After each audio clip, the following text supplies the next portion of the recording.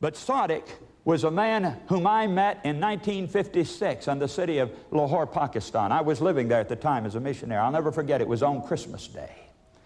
And on that day, a knock came at my door. I opened the door, and this Muslim man, at least he seemed to be, dressed in the common garb of the ordinary Muslim man, he rushed past me into my house, and he said, quick, quick, quick, quick. He said, baptize me right now.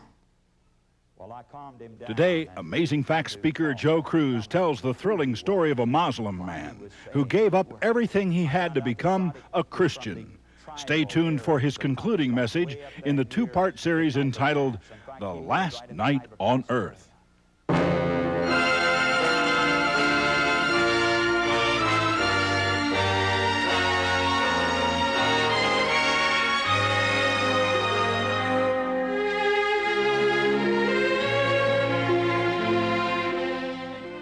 Now, I want to try to answer the question today as to why so few people will be saved. Why so few people will really accept the message of truth and enter into that ark. You know, of course, what our Lord said. As it was in the days of Noah, so shall it be also in the days of the coming of the Son of Man. All right. Jesus said, just like it was back there, we can expect it to be again. Only 8 people went in then. That means that only a very small proportionate number of people at the end of time will enter into the ark of safety and be saved. Very few. Jesus said, narrow is the way and straight is the gate that leadeth to life, and few there be that find it. But why, friends? Why? The same excuses are given today. The very same things are being used. Now, the Bible says that the very imagination of their heart was evil continually. Those people had sort of deadened themselves by participation in the world of sin and the world of the flesh. And as they continued on in willful transgression, violating their conscience, sinning against the light of truth that God was bringing them through that great preacher of righteousness, why, this thing was happening. And their consciences finally became pretty seared. And of course, they had friends back there just like people have friends today. And the friend said, oh, don't worry about that. That old man down there, he doesn't know what he's talking about. The world's not going to come to an end. We've got plenty of time. Forget it. Enjoy yourself. Have a good time. Don't be so fearful of what that man is saying. Now, friends, I can tell you that the same words are being spoken today to people, aren't they? Friends, relatives, children, parents are comforting one another and saying, don't worry about those things. Don't worry about the coming of Jesus. Don't worry about the law of God. Don't worry about the Sabbath. Don't worry about keeping any of those commandments. We don't have to do that. Everything's all right. And so they go on and on doing that. My friends, today God is calling for people to step out in faith and exercise a little faith. But not many are going to do it. Not very many. Why? Because it requires sacrifice. That's why. We're living in a soft, materialistic world today when people don't like to make any kind of sacrifice or self-denial. Let's face it, you know, most people are not looking for the truth today. You know what they're looking for? They're looking for a smooth, easy, comfortable, convenient religion that will allow them to do anything they want to do and still believe that they can be saved at last. Now, let me tell you something, my friends. There is no religion like that, no true religion like that, is there? There's no true religion that allows you to live the way you want to live and have everything you want to have. Jesus said, if any man will come after me, let him deny himself and take up his cross and follow me. It costs something to be a real Christian. It really does. Jesus said, whosoever he be of you that forsaketh not all that he hath, he cannot be my disciple. And he said all. He meant all, friends. And we've got to be willing to give up anything. I don't care what it is. Friends, family. Jesus said, if you love your family more than you love me, you're not worthy of me. If you love your job more than you love me, you're not worthy of me. If you love your church more than you love me, you're not worthy of me. No, friends, you've got to be willing to give up everything for Christ. And I'm telling you that in this very affluent, materialistic age of ours, we don't find very many Christians with a moral backbone and courage and fortitude to serve God. We really don't. People are not willing to change their lifestyle or give up anything for God. And yet, we've got to be willing to, friends. But this is the reason Jesus said, narrow is the way and straight is the gate, and few there be that find it. This is the reason he said, as it was in the days of Noah, so shall it be in the days of the Son of Man. Why? Because they're not willing to change. They're not willing to forsake their sins. They're not willing to give up the things that are standing in their way, that they're making gods out of, that is keeping them from serving God and keeping all of His commandments. And because they're not willing to give up those things, they'll be lost. They'll be lost. Now, I've heard people say, well, Brother Joe, you know, if I had been back there in the days of Noah, I would have gone into that ark. Have you ever thought of that? Have you ever heard anybody say that? Oh, would you? Would you have gone into the ark, friends? Would you have been willing to risk the ridicule and the laughter? I mean, what about today? Are you willing to be ridiculed and laughed at today? Some people won't do that. They will never do anything that's going to bring embarrassment to them or bring any kind of ridicule on them. Well, if you had been in the days of Noah, my friends, and had gone into the ark, you would have been laughed at and mocked at and ridiculed. And I'm telling you right now, if you're going to follow Jesus all the way, you get ready, because you're going to meet it now. And if you don't meet any ridicule, and if nobody makes fun of you, and if you're not embarrassed by stepping out in the truth because of the way people are going to mock and laugh at what you're doing, then, my friends, you don't love Jesus supremely. Don't worry about what people say and think. You and I ought to be concerned about just one thing. What does God think?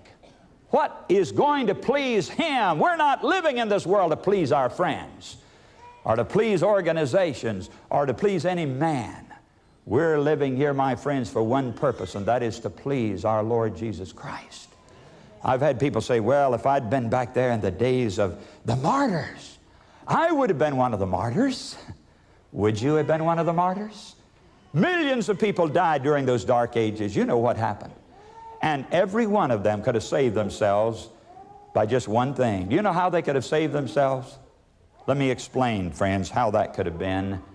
You could have saved yourself, had you been living back there, by going up in front of an idol and putting a little pinch of incense. You see, those people were brought to this place where there was an idol and a place for incense, and here was the stake over here. And you would have been told, now, if you go up there and offer that incense to the idol, you're home free. You can go home to your family. But if you don't, there's the stake waiting for you.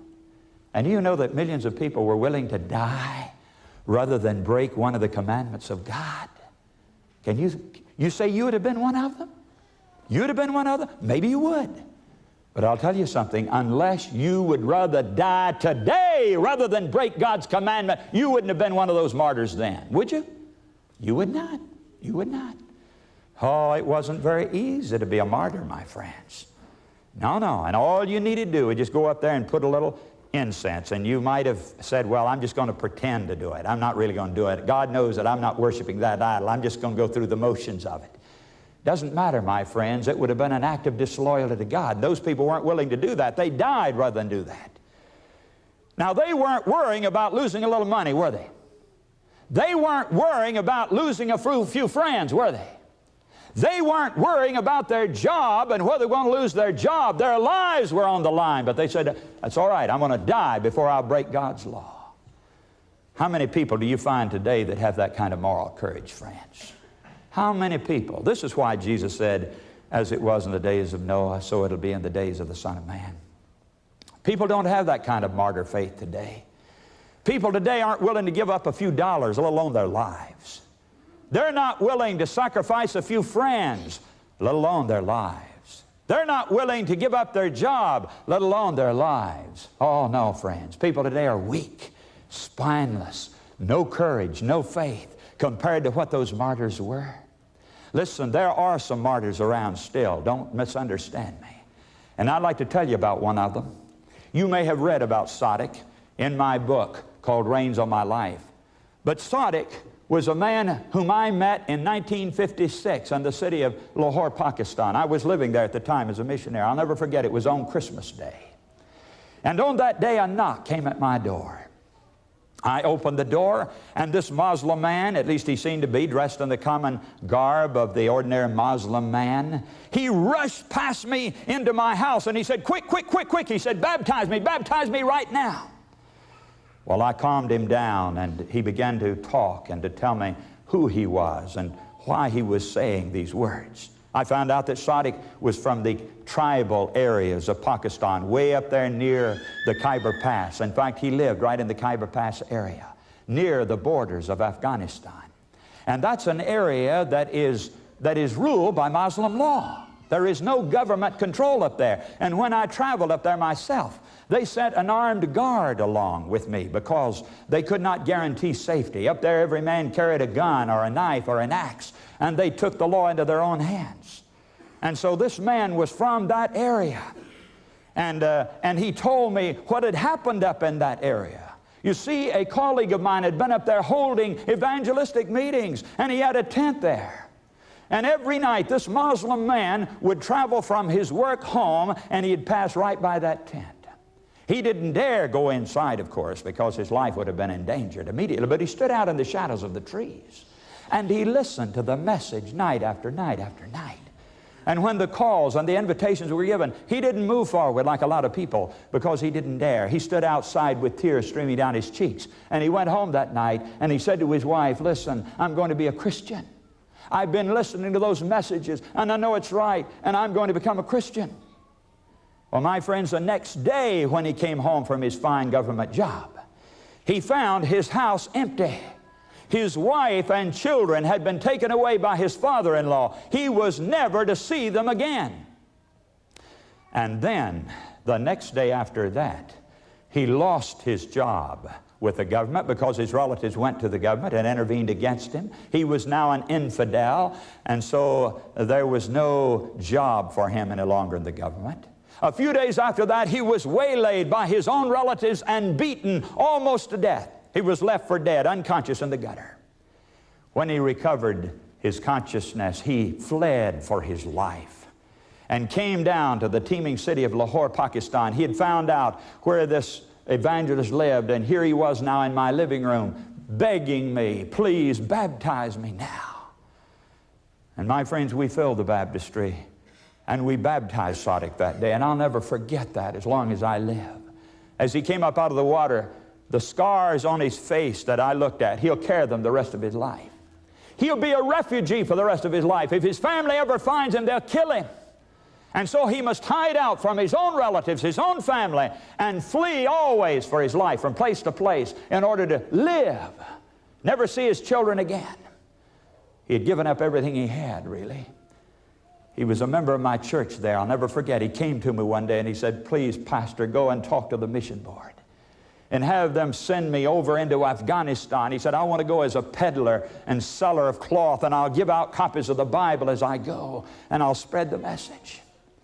And I said, "No, Sadiq, if you went there, you wouldn't live 24 hours. They don't even allow a Christian to come in there and speak of Christ or Christianity. They'd kill you. You wouldn't live 24 hours. He said, "That doesn't matter." He said, "I want to go, please." He said, "Ask them to let me go." Here was a man who had given up everything he had. He had lost his family.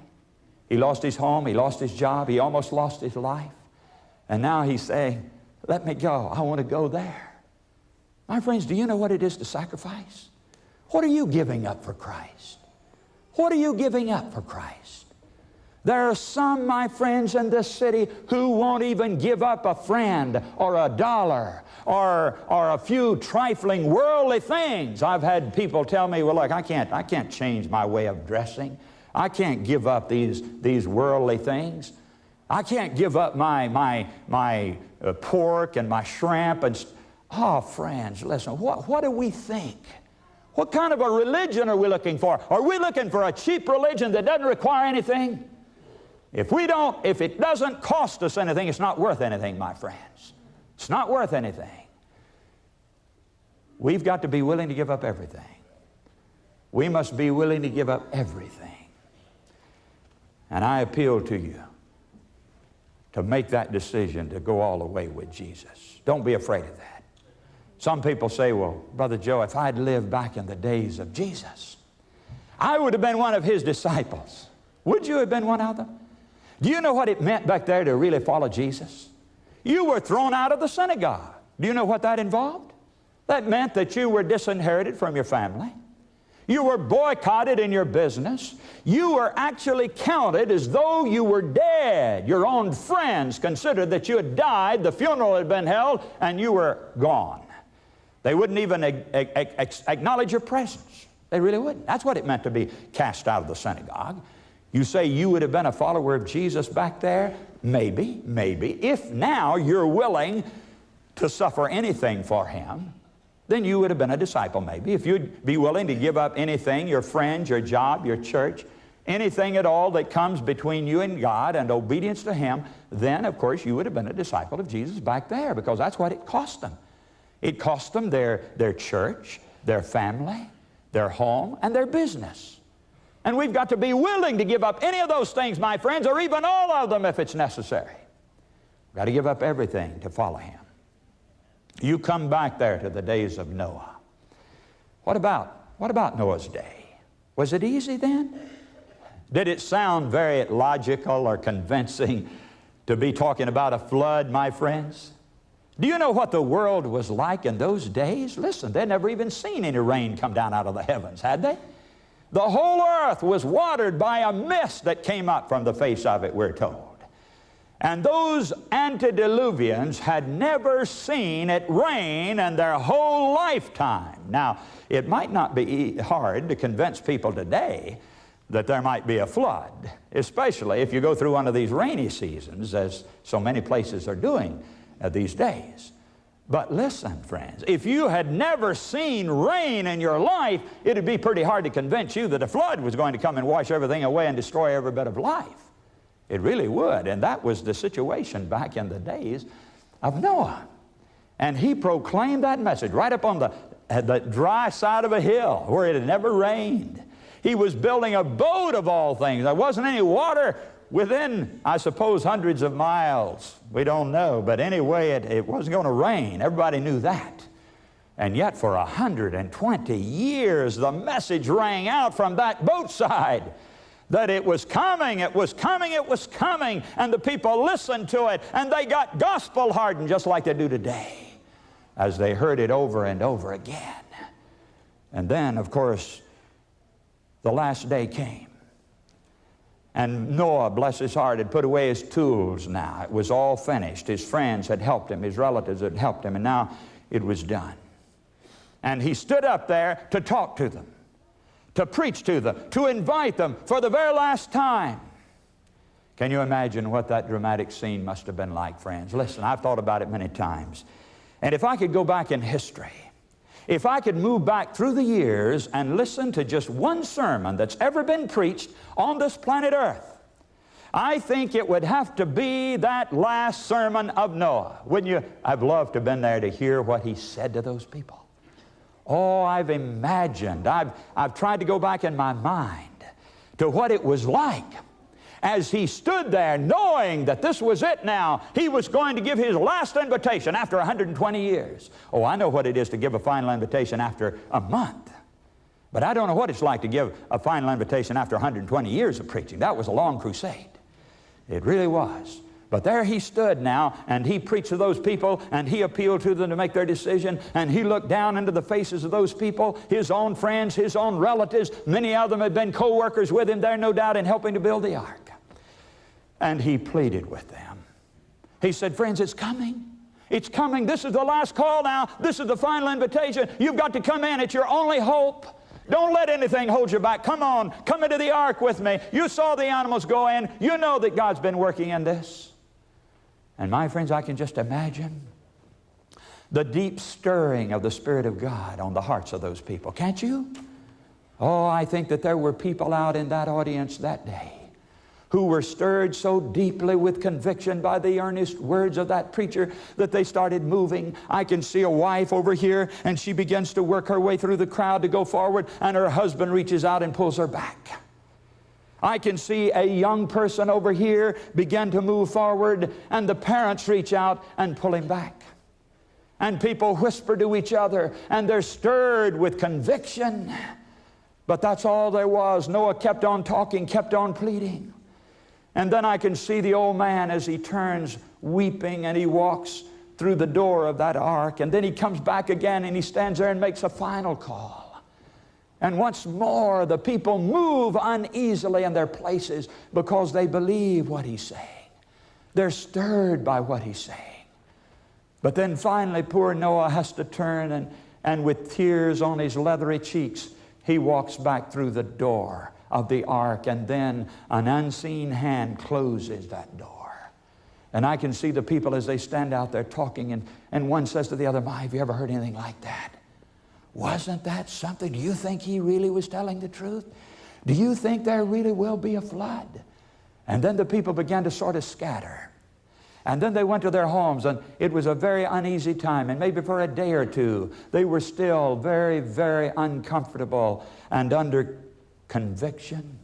But then the days passed by. 5 days, 6 days, 7 days went by, and there he was all locked up in that thing, and the people were walking by, and now their attitude was changing. And they were saying, "Oh my, I'm glad I didn't go in. Look, they're all locked up in that hot old boat, and nothing's going to happen. Poor Noah, he's going to be so embarrassed when he has to come out." But then, my friends, right there on that 7th day, suddenly there was a tremendous roar of thunder, and then the heavens opened up, and the very fountains of the deep, it says, were broken up, and the water began to come from everywhere. And people began to run to get away, running to the highest mountains they could find and climbing the highest trees they could find. But then one after another, they were carried down into the murky depths by the waters, and then there was just a boat. Jesus said, "As it was in the days of Noah, so shall it be also in the days of the coming of the Son of Man." My friends, God's message is sounding today. People are under conviction about the message and the truth, just like they were back then. And they sit and they believe it. They know it's right. But how do you get them to move, friends? How do you get them to move? I know how Noah felt. I can't understand the depth of his feeling, because I don't have a whole world listening to me, friends. But I have 500 people, or 1,000 people, or 5,000 people sometimes. And I know exactly what's going on in the hearts of those people. A tremendous struggle is going on, just like it did in the lives of the antediluvians. People believe it. They tell me, "Yes, I believe it, but I'm not ready to do it yet. I'll do it later. Someday I'll do it." Oh, my friends, suppose they'd say, that's what they said to Noah. That's what they said to him on the last day. "Oh, yeah, you know, someday. But then the door shut, and that was it. Oh, my friends, here we are, the last day of the crusade, the last message of the crusade. And some of you have not made a decision yet. I don't know why. I don't understand why. You believe it. You know it's right. And yet somehow you're being held back. People are holding you back. Friends are holding you back. Churches maybe are even holding you back, telling you that you should not obey all the commandments of God. My friends, God is calling for you today to make that decision. Please don't hesitate to step out for Him. Make your decision today, friends. Make your decision today. This would be the year when Jesus comes,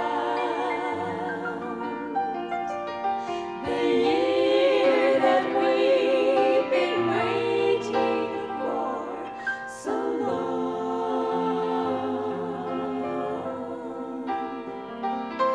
We'd have so little time to get our lost world won. If this would be the year when Jesus comes.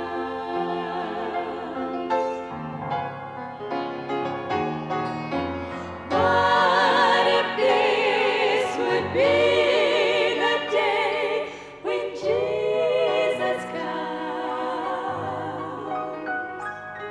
the day that we've been waiting for so long,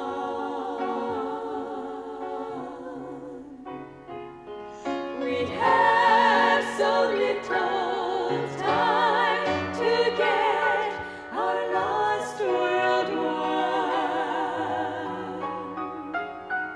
If this would be the day when Jesus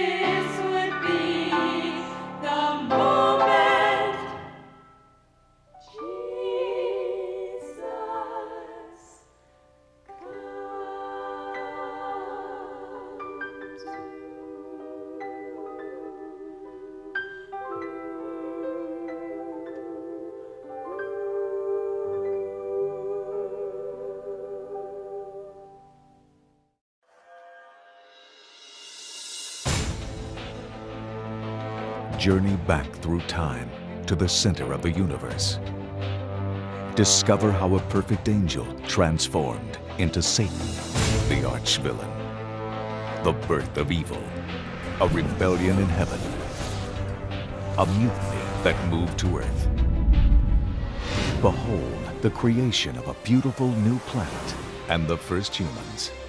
Witness the temptation in Eden. Discover God's amazing plan to save His children. This is a story that involves every life on Earth. Every life. The cosmic conflict. If God is good, if God is all-powerful, if God is love, then what went wrong? Available now on DVD,